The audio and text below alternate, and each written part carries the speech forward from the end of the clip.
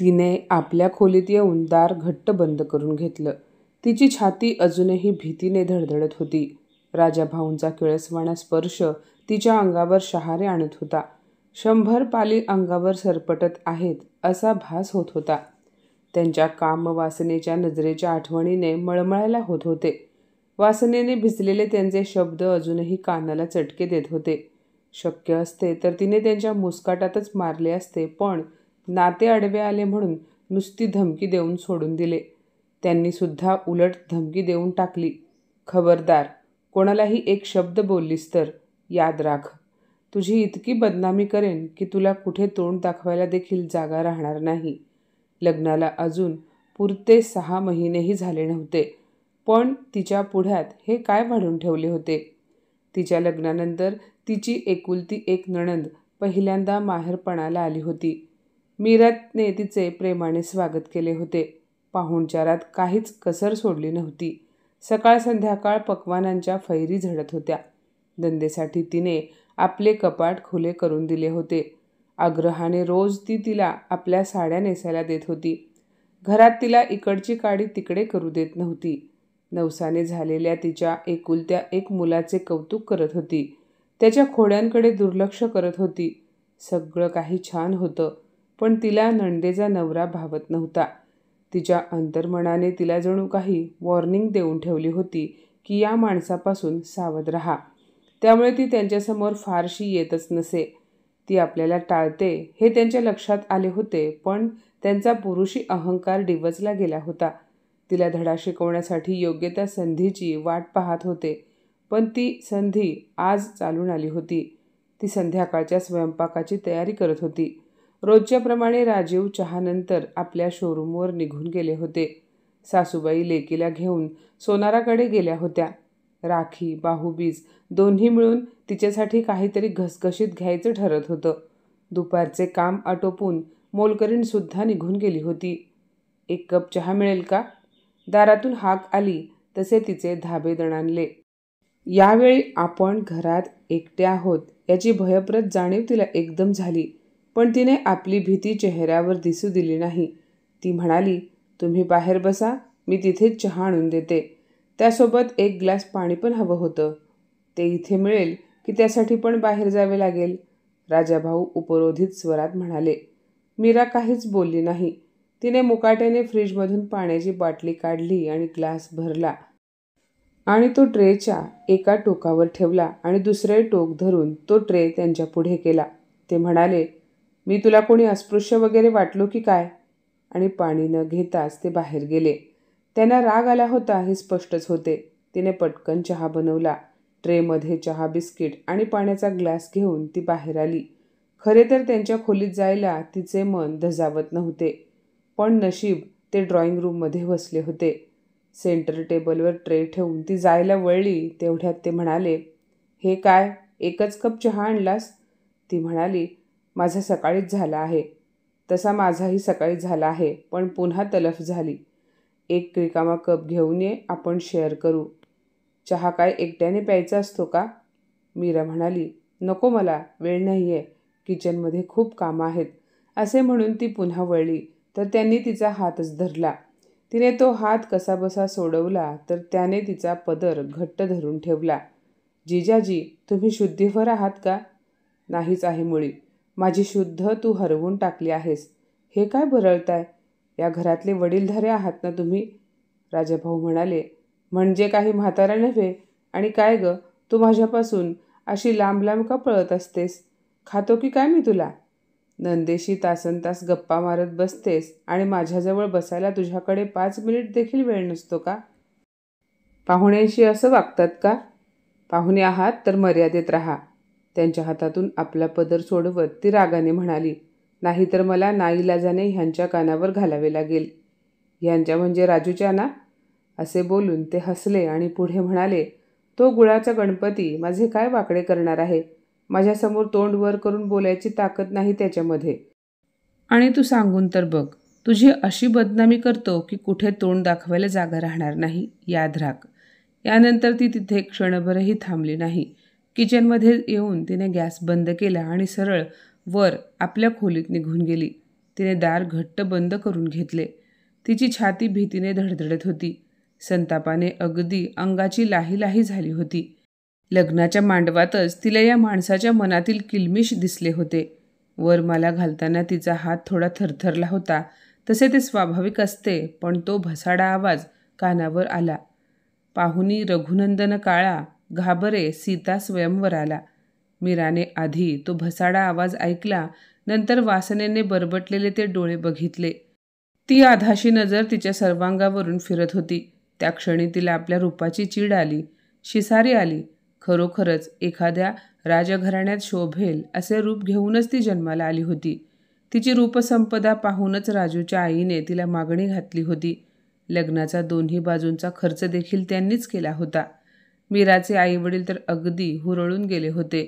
त्यांनी स्वप्नात सुद्धा अशा स्थळाची कल्पना केली नव्हती.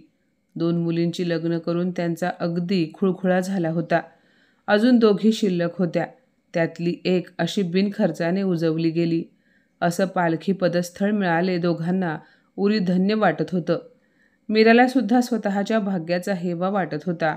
पण ती वखवकलेली नजर आणि ते अर्वाच्य बोलणं तिच्या आनंदावर विरजण घालत होतं. राजाभाऊंच्या तोंडाचा पट्टा सतत सुरू होता. आमच्यासारखीच अमावस्या पौर्णिमेची जोडी आहे, फक्त पार्टी बदलली आहे. हिंदीतली ती म्हण ऐकली असेलच ना, लंगूर के मुंह में अंगूर किंवा छछुंदर के सिर में चमेली का तेल. मराठीत याला काय म्हणायचं? शाल जोडीला कांबळ्याचं ठिगळ की घोंगडीला मखमली अस्तर. त्यांचे असे बोलणे ऐकून लोक खो खो हसत होते. ते राजूच्या आईला म्हणाले, आईसाहेब, हे काम तुम्ही फार छान केलं. आता निदान पुढची पिढी तरी उजळ होईल. त्यांच्या प्रत्येक वाक्यानंतर राजूचा चेहरा कसनुसा होऊन जायचा. लोक त्यांच्या प्रत्येक जोकवर हसत होते, दाद देत होते. तिचा मात्र आतून नुसता संताप होत होता. तिला असे वाटले की लोक या माणसाला दामटत का नाहीत? तो वाटेल तो बडबड करतोय आणि लोक मात्र हसतायत. तिला नंतर कळले की हा माणूस ह्या घरचा एकुलता एक जावई आहे. त्याचा प्रत्येक शब्द झेलणं भाग आहे. तेव्हापासून या माणसाबद्दल मनात एक तिटकारा, एक तिरस्कार दाटून आला होता. आणि आज तर त्याची परिसीमा झाली होती. आता खरे म्हणजे भीतीच वाटायला लागली होती. कधीही ब्यात घरातून जाईल असे वाटत होते. 7 वाजताच्या सुमारास मायलेकी घरी परतल्या. मीराने खिडकीतून वाकून खात्री करून घेतली आणि मगच ती तिच्या खोलीतून खाली आली. ती मंडळी येताच जावई बापू बाहेर निघून गेले. जाताना सांगून गेले की जेवणासाठी थांबू नका, ते बाहेरच मित्राबरोबर जेवणार आहेत. मीराला अगदी हायसे वाटले. थोडा वेळ का होईना घरात मोकळेपणाने वावरता येईल. तिने पटापट स्वयंपाक केला. सासूला नणंदेला प्रेमाने जेवू घातले आणि खोलीत येऊन पुस्तक वाचत बसली. का कुणास ठाऊक आज तिला खोलीचा दरवाजा उघडा ठेवण्याची भीती वाटली. वाचता वाचता तिचा कधी डोळा लागला ते कळले नाही. राजीवने कदाचित 2-3दा दरवाजा वाजवला. तिने दार उघडले तेव्हा ती थोडी रागातच दिसली. कोणाचे एवढे चिंतन चालले होते? कोणाच्या आठवणीत इतकी समाधिस्थ झाली होतीस की इतक्या जोरात दरवाजा बडवला ते देखील ऐकायला आले नाही?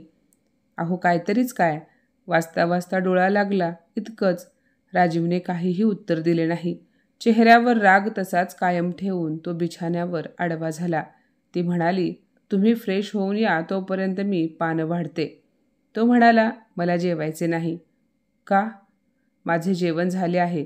ती विचारणार होती कोठे, कोणासोबत, पण नवऱ्याचा मूड बघून विचारायचे धाडस झाले नाही. काहीच बोलायला सुचत नव्हते म्हणून ती हळूच पलंगावर बसली आणि तिने त्याचे पाय दाबायला सुरुवात केली. राजीवने दुसऱ्या क्षणी पायानेच तिचे हात झटकले आणि ओरडला, ही नाटकबाजी नकोय मला. Please leave me alone. ती अवाक होऊन त्याच्याकडे बघतच राहिली.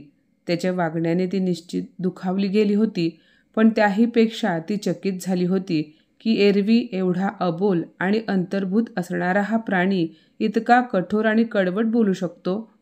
तिला माहिती आहे, राजीव नेहमी एका न्यूनगंडाने पछाडलेला असतो. त्याला नेहमी वाटायचे की तो मीराला अनुरूप नाही. फक्त तिने घरच्या गरिबीला कंटाळून याला होकार दिला असेल, ही जाणीव इतकी जबरदस्त आहे की त्याच्या चेहऱ्यावर नेहमी एक केविलवाणा भाव असतो. तो कधीच तिच्याशी मोकळेपणाने वागत नाही, कधीच कोणती फरमाईश करत नाही. अमुक साडी नेस, अमुक दागिना घाल, असा आग्रहही करत नाही. पानात पडेल ते मुकाट्याने खातो. आपली आवड निवड सांगत नाही. तिने आजपर्यंत कधी त्याच्या वरच्या पट्टीतला आवाज देखील ऐकला नव्हता, पण आजच इतका गरीब गोगलगाय असणारा माणूस चवताळला कसा? तिचे मन एकदम साशंक झाले, सावध झाले. ही आदरणीय जिजाजींची कृपा नसेल का? मग तिने लाडीक आवाजात त्याला विचारले, बाहेर कुठे जेवलात? हॉटेलमध्ये की मित्राकडे? कस्टमरची पार्टी होती का? की तुमच्या सेल्स गर्ल मोनिकाची एंगेजमेंट होती? पण तिने तर मलाही बोलावले होते. माझ्याबद्दल तिने नक्कीच विचारले असेल. विचारले ना? माझ्यावर काय फौजदारी आहे का? इतकी उलट तपासणी कशासाठी? तो चिडून म्हणाला. मी सहजच विचारले. उत्तर द्यायचे नसेल तर हरकत नाही. आता शेवटचे एकच विचारते आणि ह्या गोष्टीचे मला उत्तर हवे बरं का? यावर राजीव काहीच बोलला नाही. ती म्हणाली, तुमचे ते परम आदरणीय जिजाजी आदरणीय असतील पण विश्वसनीयही आहेत का?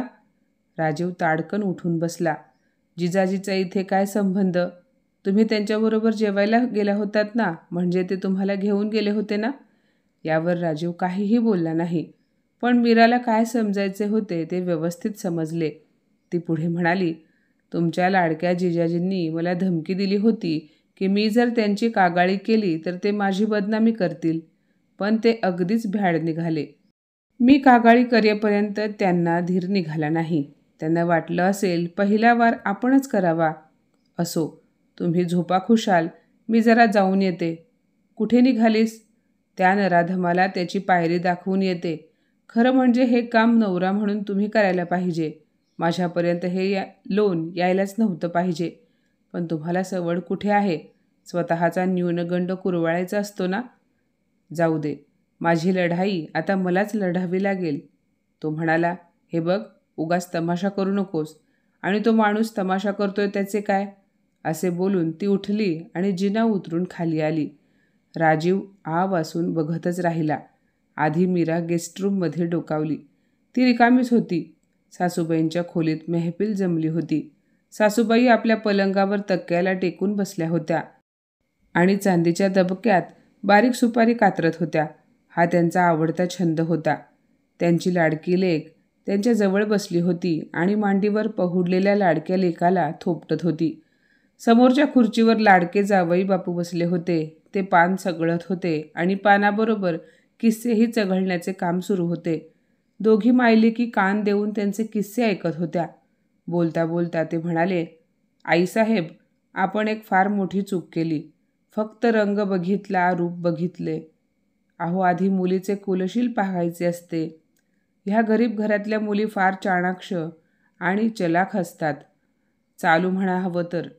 त्यातून जोडीला रंगरूप असलं की बघायलाच नको. तुमचे आशीर्वाद पाठीशी होते, तुमच्या लेकीच्या प्रेमाचे बळ पाठीशी होते, म्हणून मी आज बचावलो. नाहीतर त्या रासलीलेत पुरता अडकलो असतो.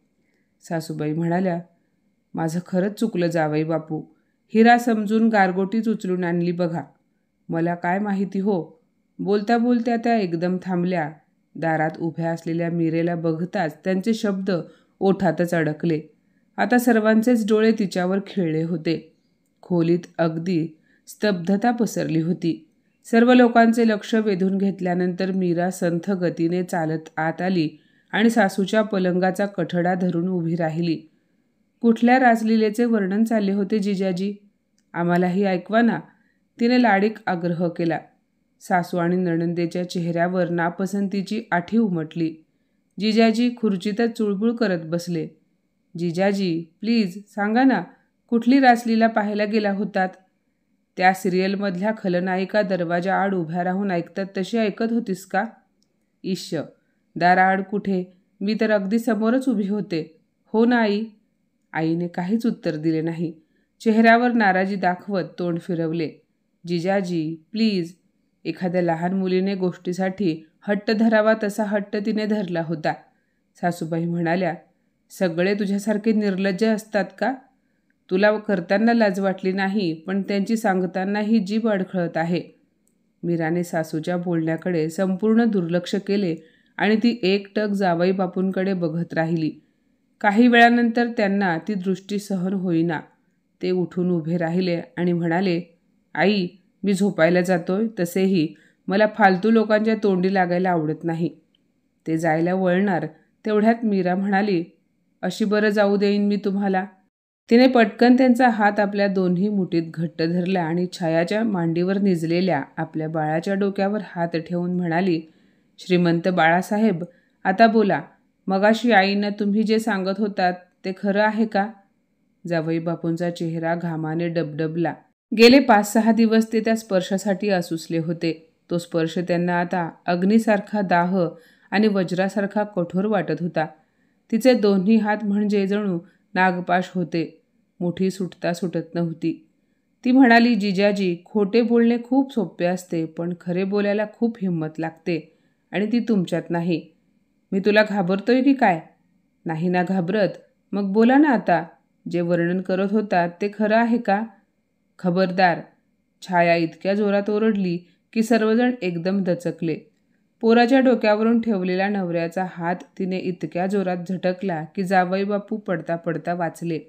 मीराने सुद्धा मोठ्या प्रयासाने तोल सावरला. छाया म्हणाली, खबरदार जर माझ्या बाळाची खोटी शपथ घेतली तर. माझा बाळ काही आकाशातून पडलेला नाही. हजारो नवस केले, शेकडो देवांचे उंबरठे झिजवले, तेव्हा तो कुठे माझ्या पोटी आला आहे. तुमच्या काळ्या कृत्यांवर पांघरून घालण्यासाठी मी याचा बळी जाऊ देणार नाही. काय बरळत आहेस? तुझे डोके ठिकाणावर तर आहे ना? छाया म्हणाली, उगीच आवाज चढवून डोळे वटारू नका. मी पूर्ण शुद्धीत आहे, म्हणूनच मी आता तुमच्या रागाला भीक घालणार नाही. स्वतःच्या घराचा नरक तर केलाच आहे आणि आता इथे पण घाण करायची आहे का? तुम्हाला काय वाटले, जगातल्या सगळ्या बायका तुमच्या भाऊजाईसारख्या दुबळ्या, कमकुवत आणि विकाऊ असतात? हे काय बोलतेस पोरी? गप्प आता. आई धास्तावल्या. आई, तू गप्प बस. तुला या माणसाची काही कल्पना नाही. तो वरून जितका गोरा गोमटा दिसतो ना, आतून तितकाच काळा कुट्टा आहे. बाई दिसली की याच्या तोंडाला पाणी सुटते. इतके दिवस गप्पच होते मी. उघड्या डोळ्यांनी सर्व काही बघत होते, पण आता माझी सहनशक्ती संपली आहे. अगं, माझा दीर वर्षभरासाठी अमेरिकेला गेला होता, तरी यांनी त्याच्या बायकोला फितवले. ज्या रासलीलेचे हे वर्णन करत होते ना, ती रासलीला माझ्या घरात माझ्या डोळ्यासमोर चालली होती. त्याचा संसार नासवला आणि आता माझ्या भावाच्या संसारात विष कालवायला निघाले आहेत. पण मी हे होऊ देणार नाही, सांगून ठेवते.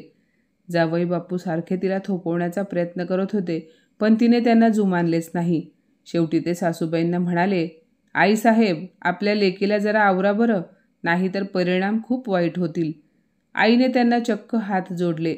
जावई बापू, पाया पडते मी तुमच्या. निदान या क्षणी तरी तुम्ही माझ्यासमोर उभे राहू नका. जावई आहात तुम्ही आमचे. आमच्या हातून तुमचा अपमान व्हावा अशी माझी इच्छा नाही. आई म्हणते ते अगदी खरं आहे जिजू. राजूच्या धीर गंभीर आवाजाने सर्वच चपापले. तो कधी आत आला आहे हे कोणाला कळलेच नाही. तुमचा अपमान होऊ नये असे वाटत असेल तर या क्षणी तुम्ही इथून जाणेच योग्य. अरे वा, आता तुम्हालाही कंठ फुटला आहे तर. साहजिकच आहे. अपनी गली में कुत्ता भी शेर होता है. पण हा अपमान तुम्हा लोकांना भारी पडेल हे सांगून ठेवतो. तुमच्या पण लक्षात एक गोष्ट असू द्या. तुमचे भांडण माझ्याशी आहे, माझ्या बहिणीला याची झळ लागता कामा नये. तिला बोट जरी लावले तर गाठ माझ्याशी आहे. राजूचा हा नवा अवतार बघून जावई बापूच काय, सर्वजण चकित झाले होते. चंदनाचे खोडसुद्धा कधी कधी पेट घेते, याचा तो प्रत्ययकारी अनुभव होता. राजाभाऊंचा संतापाने तिळपापड झाला होता, पण तो राग त्यांना आतल्या आत गिळावा लागला. या नव्या राजूशी सामना करण्याचे धैर्य त्यांच्यात नव्हते. पाय आपटत ते दारापर्यंत गेले. मग मागे वळून दात ओठ खात बायकोला म्हणाले, आता उठ, की अजून काही ऐकायचे शिल्लक राहिले आहे? ती म्हणाली, मी आता त्या नरकात परत जाणार नाही. मग काय इथेच राहून भाऊ भाऊजाईची उष्टी पत्रावळी चाटायचा विचार आहे का? राजीव म्हणाला, का म्हणून? हे तिचे घर आहे. अर्ध्या इस्टेटीची ती मालकीण आहे. राणीसारखी राहील ती इथे. ठीक आहे, जशी तिची मर्जी. पण 4 दिवसानंतर रडत माझ्या दाराशी आली तर मी तिला घरात घेणार नाही, आत्ताच सांगून ठेवतो. तशी वेळ येणार नाही, खात्री असू द्या. ते तरातरा बाहेर निघून गेले. ते जाताच खोलीत शांतता पसरली. फक्त गेस्ट रूममध्ये पेट्या वगैरे बंद करायचा आवाज येत होता. हा सगळा घटनाक्रम इतका अनपेक्षित होता की मीरा तर अगदी स्तब्ध होऊन गेली. तिचा प्रश्न तर दुय्यम होऊन गेला होता आणि हे नवेच प्रकरण उभे राहिले होते. एखाद्या ज्वालामुखीचा स्फोट व्हावा तसे झाले होते. छायाच्या मनात वर्षानुवर्षे साचलेला संताप आवेगाने बाहेर पडला होता. त्या प्रवाहात बरे वाईट हवे नको असे खूप वाहून गेले होते. काही वेळानंतर बुटांचा खाडखाड आवाज आला. तो क्रमशः दूर होत गेला. नंतर बाहेरचा मोठा दरवाजा धाडकन बंद केल्याचा आवाज आला. या घरातला लाडका पाहुणा अत्यंत अपमानास्पद स्थितीत परत गेला होता. सर्वजण अगदी सुन्न होऊन गेले होते. त्या स्तब्धतेला कोणीतरी छेद देणे भाग होते. मीरालाच ते काम करावे लागले. छायाचे दोन्ही हात हातात घेऊन ती म्हणाली, ताई, sorry. I am very sorry. माझ्यामुळे हे सर्व रामायण घडले. पण काय करू, ते खोटे आरोप मला सहन झाले नाहीत. प्रकरण इतके चिघळेल याची कल्पना असती तर तिला पुढे बोलवेच ना. तू वाईट वाटून घेऊ नकोस ग. ते खरंच का तुम्हाला आता घरात घेणार नाहीत? नाही घेतले तर मला काहीच फरक पडणार नाही. ते घर माझे कधी झालेच नाही. मी तिथे उपरीच राहिले. एवढा भारंभार हुंडा देऊन मी त्यासाठी दुःखच विकत घेतले ग. आई कळवळल्या. एकेकाच्या नशिबाचे भोग असतात आई. त्यात तुझा काहीच दोष नाही. तू असे समज की भारंभार हुंडा देऊन तू तुझ्या काळ्या सावळ्या मुलीसाठी गोरा गोमटा मुलगा विकत घेतला होता. पण माझेच मला नवल वाटते ग. या मीराला ते खोटे क्षणभरही सहन झाले नाही आणि मी ते वर्षानुवर्ष खोटे आयुष्य जगत होते. मालकिणीचा बुरखा घालून दासीचे जीवन कंठत होते. माझी कमाल आहे ना? मीरा म्हणाली, खरंच कमाल आहे ताई. तुमच्या सहनशक्तीला मी सलाम करते. तुम्ही हे सर्व कसे सहन केले आणि का? छाया म्हणाली, बाईच्या जातीला बरंच काही सहन करावं लागतं मीरा. सगळ्याच बायकांच्या अंगात तुझ्यासारखी धमक नसते, ताकद नसते. मीरा म्हणाली, ताकद सत्यात असते ताई. आणि पतिव्रता होण्यासाठी नवऱ्याचे सगळेच अपराध पोटात घालायचे नसतात. ते मला पण कळते ग, पण वळत नाही. लग्न झाल्या दिवसापासून मी या जाणीवेने पछाडली आहे की मी त्यांच्या पासंगालाही उभी राहत नाही. आमचा जोडा अगदीच विजोड आहे. हा कॉम्प्लेक्स मला कधीच मान वर करू देत नाही. आणि हा कॉम्प्लेक्स ही जाणीव तुम्हाला कोणी दिली? पती परमेश्वरांनीच ना. तुमच्या रूपाची त्यांनी इतकी विचक्षणा केली असेल की तुमचा आत्मविश्वास गळून पडला असेल. खरं सांगा ताई, हे रूप इतके महत्त्वाचे असते का? की तुमचे शिक्षण, तुमचे कलागुण, तुमचा स्वभाव, तुमचे सुसंस्कार यांना काहीच किंमत नाही का? चेहरा सुंदर असला तर त्या व्यक्तीचे सर्व गुन्हे क्षम्य ठरतात का? छाया काहीच बोलली नाही. काय बोलणार? जिजाजींनी तुम्हाला मुद्दाम हा कॉम्प्लेक्स दिला म्हणजे ते वाटेल ते करायला मोकळे झाले. हीच माया त्यांनी तुमच्या भावावर पण आजमावली. लग्न झाल्यापासून त्यांच्याही डोक्यात हाच किडा आहे. त्यांना वाटते की हे लग्न माझ्या मनाविरुद्ध झाले आहे. मी फक्त आईवडिलांची कीव करून ह्या लग्नाला होकार दिला आहे. त्यांचा हा गैरसमज दूर करण्यासाठी मी जंग पछाडले, पण शंकेचे हे भूत त्यांच्या मानगुटीवरून उतरायला तयारच नाही.